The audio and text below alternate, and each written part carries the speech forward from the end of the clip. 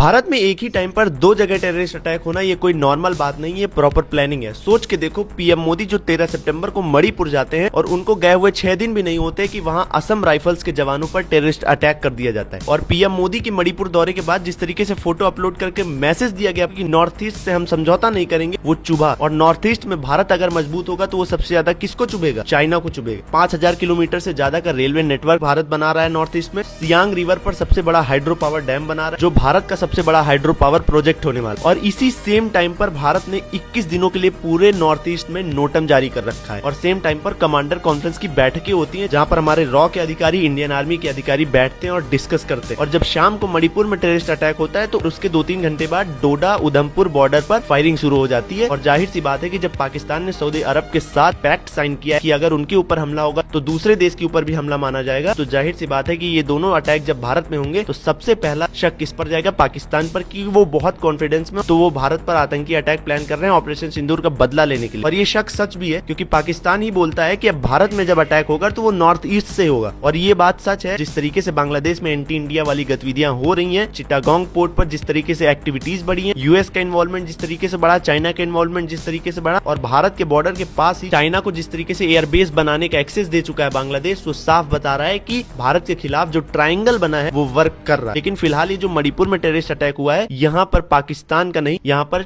China का involvement है। Directly नहीं, इनडायरेक्टली हो सकता है, क्योंकि आईएसआई पर पहले भी आरोप लग चुके हैं कि मणिपुर में जो दो समुदाय भिड़े हैं उन्हें भिड़ाने का काम आईएसआई कर रही है। ये लोग सोशल मीडिया पर कहीं पाकिस्तान तो कहीं बांग्लादेश के मरे हुए बच्चों के विजुअल्स उठा के उसको बता देते हैं कि मणिपुर में इस तरीके से भारतीय सेना कर रही है। और ये बात भारत अच्छे से समझ रहा है, और इसीलिए भारत की तरफ से भी नॉर्थ ईस्ट में एक्टिविटीज बढ़ा दी गई। और अगर ये लोग बड़ा अटैक कोई प्लान करते हैं नॉर्थ ईस्ट से, तो वो हमारा सिलीगुड़ी कॉरिडोर हो सकता है, क्योंकि अगर वो कटा तो भारत नॉर्थ ईस्ट से कट जाएगा। और यही प्लानिंग ये लोग कर रहे हैं। भारत भी ये चीज जानता है, इसीलिए अभी कुछ दिनों पहले एक्सरसाइज भी वहां पर किया था। और नोटम जारी करना ये बताता है कि अगला नंबर भारत की तरफ से अब बांग्लादेश का होने वाला। और प्लानिंग जो बड़े लेवल पर चल रही है भारत के खिलाफ, उसमें छोटे छोटे जो समूह हैं उनको पैसे खिलवाकर ये आईएसआई काम करती है। असम राइफल पर आतंकी अटैक कोई नॉर्मल बात नहीं है। इसके पीछे हाथ चाइना का हो सकता है, और चाइना ये काम आईएसआई के साथ मिलकर कर सकता है। और इससे फायदा क्या होगा कि जो भारत नॉर्थ ईस्ट में डेवलपमेंट कर रहा है उसमें कहीं ना कहीं बैरियर आएगा, क्योंकि इस आतंकी अटैक से मणिपुर में जो हालात सुधर रहे थे वो फिर पीछे चले गए हैं, और नॉर्थ ईस्ट में उथल पुथल मचा रहा है। इससे सबसे ज्यादा फायदा चाइना को ही होगा। पाकिस्तान उधर बैठा हुआ, चाइना इधर है, और अगर नॉर्थ ईस्ट में डेवलपमेंट होगा तो वो चाइना को काउंटर करेगा।